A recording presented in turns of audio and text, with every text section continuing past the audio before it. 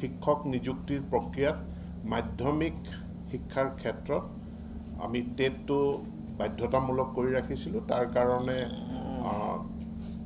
High school TET আৰু post graduate PGT TET অনুষ্ঠিত কৰা হৈছিল।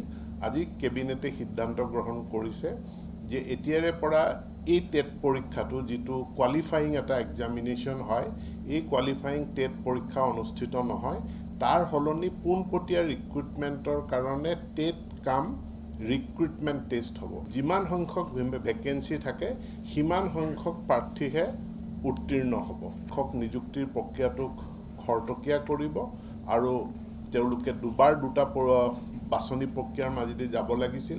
প্ৰথমতে তেওঁলোকে টেট পাছ কৰিব লাগিছিল, তাৰ পাছত তেওঁলোকে বাছনি প্ৰক্ৰিয়াত অংশগ্ৰহণ কৰিব লাগিছিল। এতিয়া দুটা প্ৰক্ৰিয়া নহয়, পোনপটীয়াভাৱে টেট কাম ৰিক্ৰুটমেণ্ট পৰীক্ষা বহিব আৰু তাত পাছ কৰিলে তেওঁলোকে নিযুক্তি লাভ কৰিব।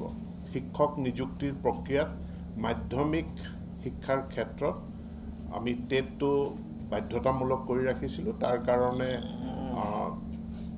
হাইস্কুল টেট আৰু পোষ্ট গ্ৰেজুৱেট PGT টেট অনুষ্ঠিত কৰা হৈছিল।